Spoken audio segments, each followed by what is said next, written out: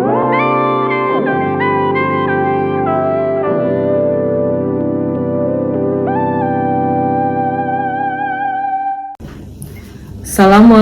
warahmatullahi wabarakatuh. Perkenalkan, saya Dr. Dian Rahma Ekowati, dokter anak di Rumah Sakit Umum Daerah Sekarwangi. Selamat pagi adik-adik semua, siswa kelas 1 SMAN 1 Cibadak. Pada kesempatan ini saya akan memberikan tata cara protokol kesehatan yang harus kita jalanin selama terjadi pandemi COVID-19 ini. Seperti kita ketahui bahwa infeksi COVID yang disebabkan virus SARS-2 COVID itu menyerang saluran pernapasan dan bisa memberikan gejala dari yang asimptomatik, yang tidak bergejala ringan, sedang, berat, bahkan bisa menyebabkan kematian. Karena tingginya angka penyebaran COVID di Indonesia dan angka kematiannya yang cukup tinggi, maka kita perlu mengetahui tata cara melakukan gaya hidup sehat di era pandemi ini.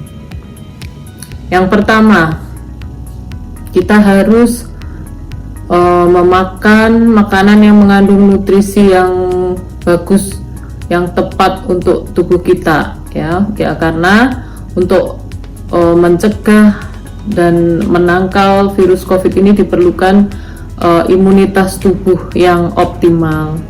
Ya, kita perbanyak minum air putih minimal 3 liter per hari, kemudian makan makanan yang mengandung protein yang sehat, ya, lemak yang sehat seperti telur, kemudian ikan, daging, kemudian buah-buahan yang mengandung vitamin C, vitamin D, kemudian vitamin E, vitamin A, ya. Kalau bisa juga ditambah dengan suplemen, ya, selain kita mengkonsumsi buah-buahan tadi.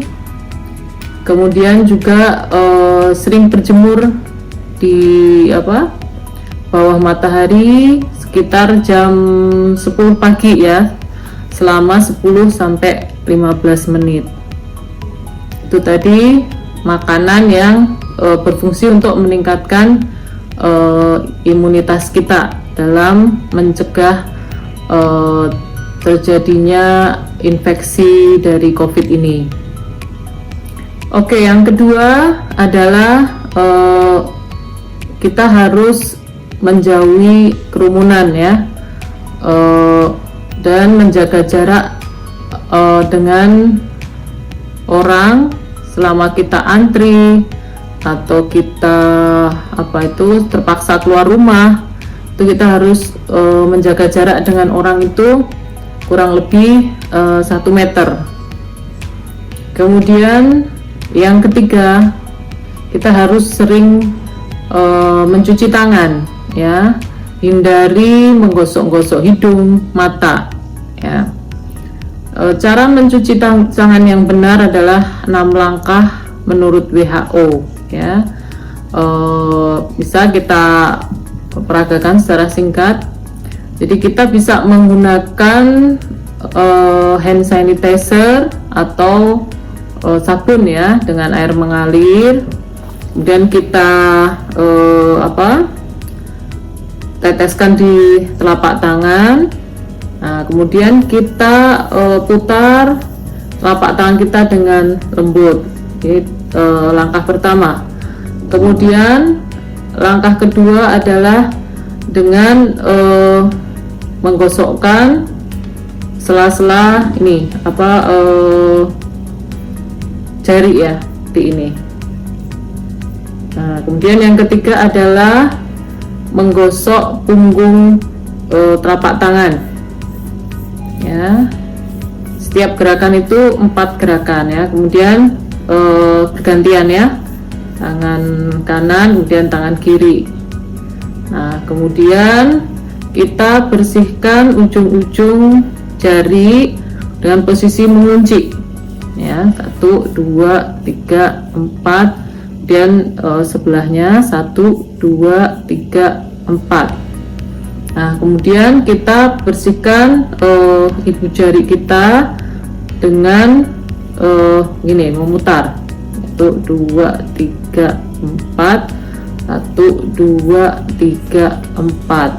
Nah, yang keenam adalah ujung-ujung jari kita letakkan di atas telapak tangan, dan kita putar secara perlahan, dan bergantian sebelah kanannya, dan kemudian kita bilas lagi dengan air yang bersih, dan kita keringkan ya, bisa dengan tisu langsung dibuang, dan tangan kita udah bersih. Kemudian yang kelima ya, yang kelima adalah pemakaian masker ya, kelima atau keempat tadi, pemakaian masker. Yang disarankan sekarang adalah memakai double masker ya, karena akan memberikan tingkat tingkat efektivitas yang tinggi ya. Jadi ada 4 cara ya. Yang pertama itu menggunakan masker kain. Menggunakan masker kain itu akan memberikan perlindungan 51,4% ya. Kemudian menggunakan masker medis ya. Menggunakan masker medis itu akan memberikan perlindungan 56,1%. Nah, kemudian bisa juga dengan ini memberikan simpul pada ujung masker medis ya, seperti ini. Kemudian di bagian telinga ini kita bikin simpul ya, jadi supaya lebih menutupin wajah kita ya, supaya lebih erat, tidak ada celah yang terjadi ya. Ini seperti ini. Salah sisi yang satunya juga ini di sini, kemudian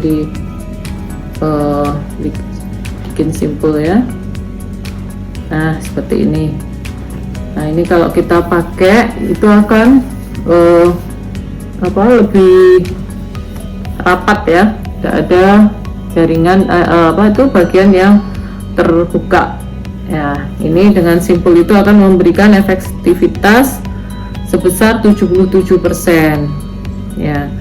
Kemudian masker medis dan kemudian ditutup masker kain itu juga akan memberikan perlindungan sebanyak 85,4% ya. Tadi tentang pemakaian masker ya. Kemudian cara melepas masker itu harus ada tekniknya juga ya. Jadi kita bukanya itu dari, nggak boleh ini diangkat gitu ya, dari tali di belakang. Nah, dari belakang itu kita lepas, terus kita buang ke tempat sampah ya. Dianjurkan masker itu diganti tiap 4 jam sekali ya, kalau kita berada di luar rumah. Kemudian setelah pemakaian masker, jangan lupa ya, di era pandemi ini kalau kita batuk atau bersin ada etikanya ya. Jadi kalau batuk atau bersin ya, kita tutup dengan tisu ya, dengan tisu atau menggunakan lengan dalam. Kalau kita nggak bawa tisu, kita bisa menggunakan lengan dalam dari baju kita ya. Di situ cuci tangan yang benar tadi secara 6 langkah, dan dibuang tisunya lagi ke tempat sampah ya. Mengenai belajar dari rumah ya, kita tunggu dulu pengumuman dari Departemen Pendidikan yang bekerja sama mungkin ya, berkoordinasi dengan Ikatan Dokter Anak Indonesia ya, karena kasus COVID-19 ini pada saat ini pada anak-anak itu kejadiannya juga cukup meningkat ya, karena anak itu bisa tertular dari orang dewasa ya di rumahnya, dan anak-anak itu sangat rentan karena daya tahan tubuhnya itu masih rendah. Makanya keputusan untuk dimulai lagi tatap muka itu menunggu lagi keputusan dari pemerintah ya, adik-adik ya. Memang masa muda kalian jadi berbeda ya dengan zaman saya dulu. Zaman saya dulu kita bisa berinteraksi dengan teman-teman sekelas ya, melakukan kegiatan olahraga, kemudian kegiatan seperti pramuka, kemudian bermusik itu jadi nggak bisa kita lakukan lagi di era pandemi ini ya. Jadi mungkin kita kenal temennya itu secara online ya, kita belajar mau bertanya kepada guru itu juga susah, pasti itu berbeda ya, bertatap muka langsung atau tidak. Tapi mengingat akan bahayanya penyakit ini ya, kita tunda dulu kegiatan itu sampai benar-benar angka infeksinya itu sudah sangat menurun ya, baru kita berani memulai aktivitas lagi seperti biasa ya. Kemudian di rumah kita usahakan ventilasi itu bagus ya, jadi kalau bisa jendela dibuka ya, supaya ventilasinya, supaya udaranya masuk. Kemudian usahakan rumah itu kena matahari ya, supaya matahari bisa masuk dengan mudah, dan itu akan mematikan kuman virus COVID-19 tadi. Nah, kemudian usahakan juga setiap kali kita habis dari kamar mandi ya, itu kita bisa semprotkan juga sanitizer ya, air sanitizer. Itu juga akan membunuh kuman-kuman yang atau virus-virus yang ada di rumah kita.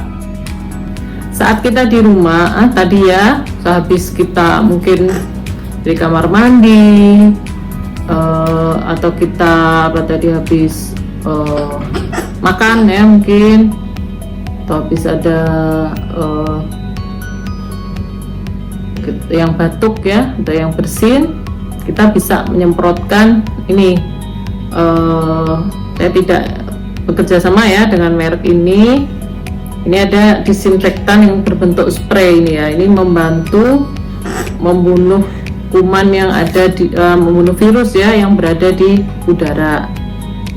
Nah, kemudian kalau bisa tempat makan atau minum itu dipisah ya. Umpama punyanya si kakak pakai ini, punyanya adik punya gelas atau piring sendiri, itu dipisah. Kemudian cuci dengan air bersih, atau kalau ada air panas sebelum disimpan itu ini air panas. Kemudian jika kita merasa ada bergejala ya, karena gejalanya itu mirip-mirip flu ya, kita ada meriang, ada nyeri-nyeri sendi, kemudian demam, kemudian batuk kering ya, nyeri tenggorokan ya, kemudian bisa juga mengenai gejala pencernaan, diare atau muntah ya, pusing, kemudian kelelahan ya, itu kita bisa menghubungi puskesmas terdekat ya untuk dilakukan pemeriksaan swab antigen ya. Jadi diputuskan sakit kita ini flu biasa atau karena virus COVID-19. Kalau ternyata hasilnya positif, jangan panik ya. Kalau kita tidak bergejala atau cuma bergejala ringan, kita bisa melakukan isolasi mandiri di rumah ya, atau kalau setelah diperiksa oleh dokter di puskesmas kita diputuskan dirujuk ya, nanti akan dirawat di ruangan khusus isolasi dari pasien COVID-19 ini. Oke. Yang terbaru adalah imunisasi ya. Akan direncanakan imunisasi untuk anak usia 12 sampai 17 tahun ya, karena dengan imunisasi vaksinasi COVID ini akan lebih memperkuat imun kita sehingga lebih jika terkena penyakit itu tidak akan terjadi perburukan. Kemudian tak lupa kita juga harus sering-sering berdoa ya, supaya terhindar dari penyakit COVID ini. Dan sebisa mungkin dalam pandemi yang belum teratasi ini diusahakan jangan keluar rumah dulu ya. Jadi kita beraktivitas dari rumah, sekolah dari rumah, bekerja dari rumah ya, karena dengan sering kita berkerumun, dengan sering kita keluar rumah, itu akan membahayakan juga selain diri kita, keluarga kita yang di rumah ya kan. Kita keluar kemudian baju kita tertempel virus tadi, sampai rumah kita langsung berinteraksi dengan keluarga, itu akan memudahkan penyebaran virus di keluarga kita. Jadi umpama kita terpaksa keluar rumah ya, kita mandi dulu, ganti baju, baru kita berkumpul bersama keluarga. Mungkin itu saja yang bisa saya sampaikan ya dalam melakukan protokol kesehatan di era pandemi ini ya, adik-adik semua. Saya wanti-wanti apa yang saya sampaikan ini memang harus rutin ya dilakukan, jangan sampai lengah, karena sudah banyak korban yang terkena, tidak memandang semua lapisan masyarakat ya, bahkan tenaga kesehatan sendiri pun banyak yang terkena, banyak yang berguguran. Jadi ingat, pakai masker, kemudian jaga jarak, jauhi kerumunan, dan rajin-rajin cuci tangan. Oke, sekian dari saya, terima kasih. Wabillahi taufiq wal hidayah. Wassalamualaikum warahmatullahi wabarakatuh.